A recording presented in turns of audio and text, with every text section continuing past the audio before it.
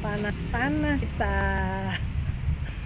Selamat datang di channelnya Susana Sunarno, dan kita sudah berada di Kabupaten Jawa Timur, dan di belakangku adalah candi apa coba? Candi Singosari. Ini panas ya, jadi kalau belang-belang ini harap maklum, mohon maaf. Ini gimana juga berusaha supaya tidak bisa gambarnya bagus, semoga bagus ya. Jadi Candi Singosari ini adalah candi Siwa Hindu ya, yang dibangun sejak abad ke-13 Masehi. Candi ini merupakan peninggalan dari kerajaan Singosari dan memiliki nilai sejarah serta arsitektur yang sangat tinggi. Ini lokasinya di Desa Candirebo, Kecamatan Singosari, Kabupaten Malang, Jawa Timur. Tepatnya ini adalah di lembah di antara dua gunung besar ya.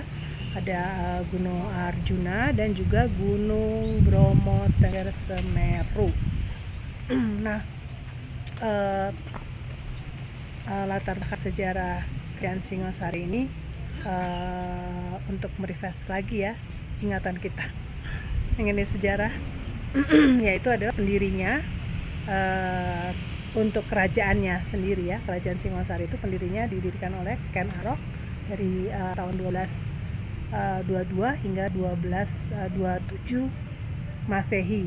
Ibu kotanya Kutorejo yang diperkirakan di daerah Singosari, Malang.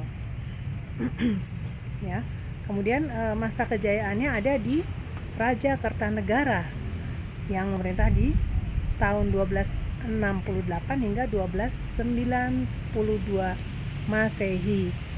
Nah, kerajaan Singosari adalah kerajaan yang penting dalam sejarah Nusantara, sejarah Indonesia, karena menjadi cikal bakal berdirinya kerajaan Majapahit.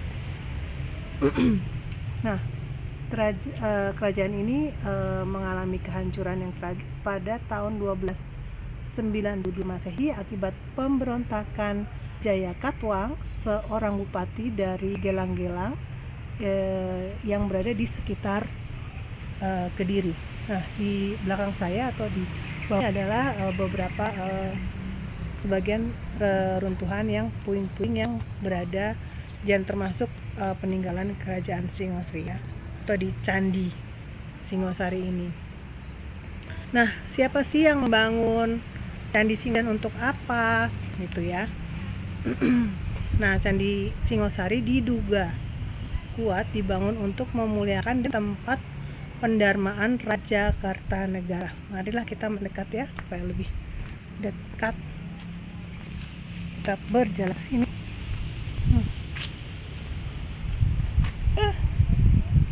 Ya, jadi Candi Singosari sekali lagi dibangun memuliakan dan tempat pendarmaan Raja Kertanegara, raja terakhir dan terbesar dari kerajaan Singosari.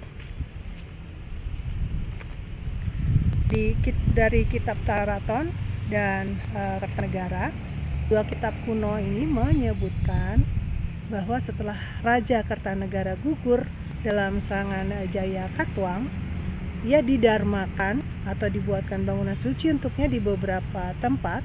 Salah satunya adalah di Silapetak ya, dan Bratsrastapana yang oleh para ahli diperkirakan di lokasi Candi Singosari.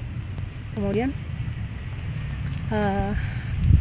kami waktu pembangunan candi ini, candi ini sepertinya tidak selesai, belum rampung dibangun gitu ya, menurut yang saya baca. Proses pembangunannya kemungkinan besar terhenti akibat kekacauan politik pasca kematian Kertanegara dan peralihan kekuasaan di Majapahit. Ini terlihat dari bagian-bagian candi yang masih kasar, belum dihaluskan. Dan tentang arsitektur dan ciri khasnya, Candi Singosari memiliki gaya arsitektur yang khas dan unik. Ya, saya jadi berjalan mundur nih. Undur. Ya. Nah, Ya, dari strukturnya tadi kita sudah bahwa Candi Saiwa. Terlihat arca dan simbol Hindu yang ada. Berdenah dasar persegi dan menghadap ke arah barat. Candi terdiri dari kaki burloka. Nah, yang di sini ini landasannya nih ya, yang di sini sampai landangnya. Kemudian dari ini mana ya, agak panas dari sini. Ini sepertinya kalau tidak salah itu yang dinamakan burloka. Terus kemudian ada tubuh Swarloka dan atap Swarloka.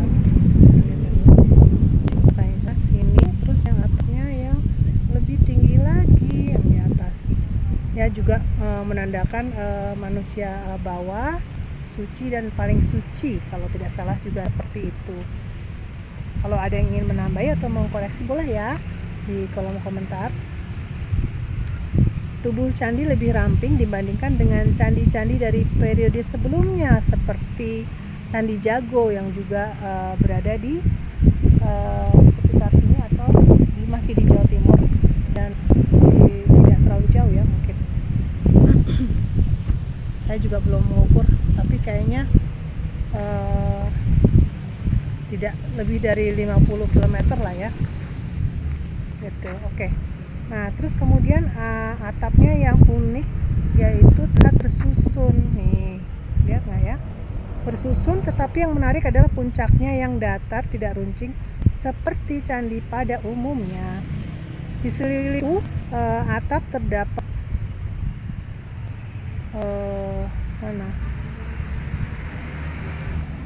relung kecil yang menyerupai candi-candi kecil, candi perwara.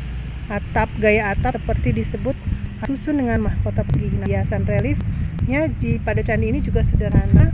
Kita tidak boleh ke atas karena candi ini sudah direstorasi untuk menjaga ya keutuhan candi tersebut. Nih ya, kita lihat saja dari sini.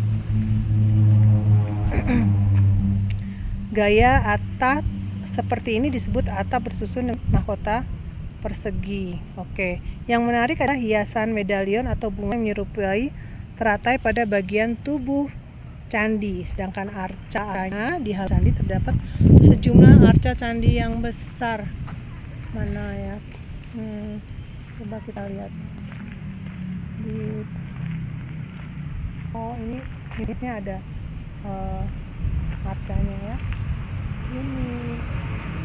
Di sini juga. Ya, di sini sepertinya ya. Kemudian mana ini? Ini juga ada tulisan di restorasi tahun 1930, berarti oleh Belanda sepertinya ya. Kelihatan nggak? 1937 berarti sebelum Indonesia merdeka ya. Nih, tentunya ya. Jadi sebenarnya direlasi beberapa kali tapi oleh pemerintah sudah. Ini tamannya sudah rapi, indah, dan ini juga. Ini ada ya. Di sini juga sebenarnya di dalam ada. Dan ini cuma mungkin tidak tampak dengan jelas karena kita di tempat yang terang, sedangkan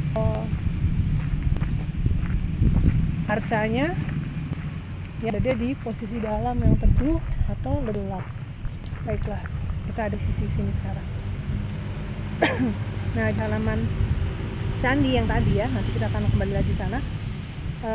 Terdapat sejumlah arca yang sangat besar dan juga terlihat seram, disebut juga dengan makhluk gaib tembaga atau buto. Di sini sebenarnya tidak ada, sudah dipindahkan, tapi seperti itu ya. Kalau ada penggambaran yang gelap seperti itu. Nah, arca-arca itu disebut dwarapala ya, penjaga gerbang.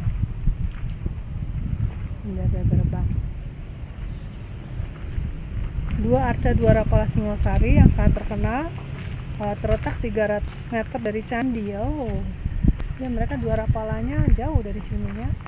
Pantesan bukan terlihat di sekitar sini ternyata. Oke.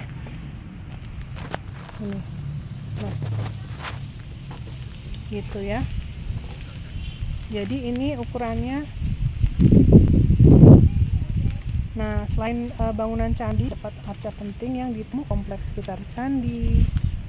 Sebagian aslinya kini juga di Museum Nasional Jakarta, juga ada di Museum Leiden Belanda ya.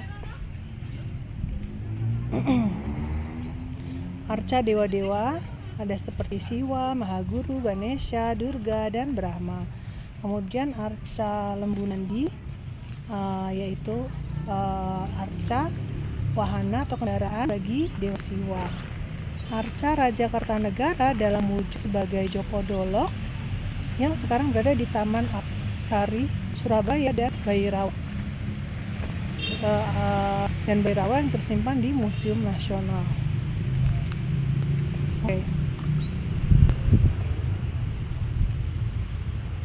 Itu ya, sangat menarik bukan? Nah, kita terlihat, wow, ini bagus sekali loh. Ini kita lihat sini ya. Nih, terlihatkah? Terlihat ya, teman-teman.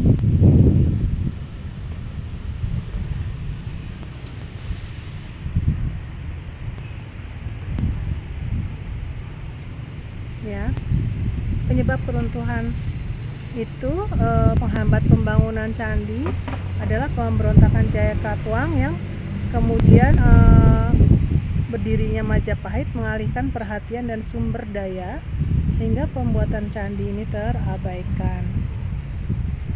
Nah, kemudian candi ini ditemukan kembali oleh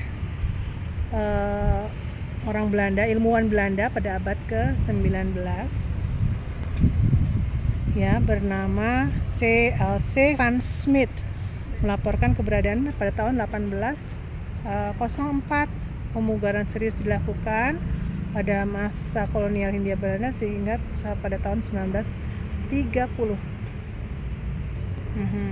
Candi Singosari adalah tadi ya, kita pemugarannya pertama kali pada masa kolonial Hindia Belanda tahun 1930. Oke, itu juga banyak ya. Candi Singosari adalah saksi bisu kejayaan dan tragedi Kerajaan Singosari. Ia dibangun untuk memuliakan Raja Kartanegara, tetapi tidak pernah selesai karena keruntuhan kerajaan yang tiba-tiba. Nah, melalui arsiteknya yang megah dan arca-arca dan penjaganya yang perkasa, candi ini di satu monumen bersejarah di salah satu kerajaan besar di Pulau Jawa, khususnya yang berasal dari Jawa Timur. Kita melihat ke belakang. Nah, dari sini kecas ya, itu bagian-bagian candinya ternyata. Nah, begitulah sekilas tentang cerita Singosari. Ini sangat senang di sini. Kita kalau nggak salah ada beberapa arca yang penting masuk yang di hadapan saya. Kemudian juga di sini kalau tidak salah juga ada sepertinya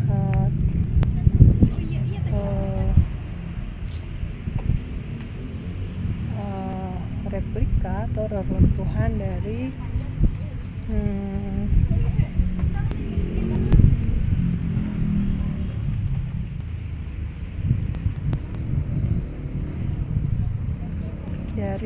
arca yang juga ditemukan di sekitar sini. Nah, letaknya di mana saya kurang memahami. Baiklah, ini mungkin ada sebagian nandi atau nandi. Oh, ini sepertinya ada Ganesha tapi kepalanya hilang. Mana sih ini ya kayaknya. Kemudian juga yang lainnya kita berharap peninggalan leluhur kita dapat direstorasi dan ditemukan kembali secara utuh, agar kita tidak hanya mengenal nenek moyang kehebatan atau leluhur bangsa Indonesia, tetapi juga menghormati bahwa dulu merupakan sesuatu yang dibangun pada era masa itu. Demikianlah sedikit cerita kisah di sini, semoga membangkitkan rasa kecintaan kita terhadap Nusantara. Sejarahnya jangan lupa ya, sejarahnya, karena nenek moyang kita tuh sangat pintar, pemberani, dan pejuang gigih, walaupun tanpa sosmed ya, tanpa HP, tanpa elektronik seperti saat ini. Udah secanggih itu loh, bayangkan. Aduh, saya kalau hidup di zaman itu nggak tahu deh pas peran saya di situ. Kalau menurut teman-teman, kalau kamu hidup di zaman itu, kamu jadi apa? Dan kamu akan memilih pekerjaan apa? Kamu ingin belajar apa? Kasih tahu di kolom komentar ya. Sampai ketemu di jalan-jalan berikutnya.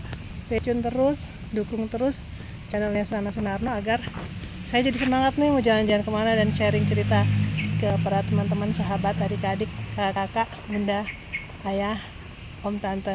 Bye bye, like and subscribe, share. Thank you.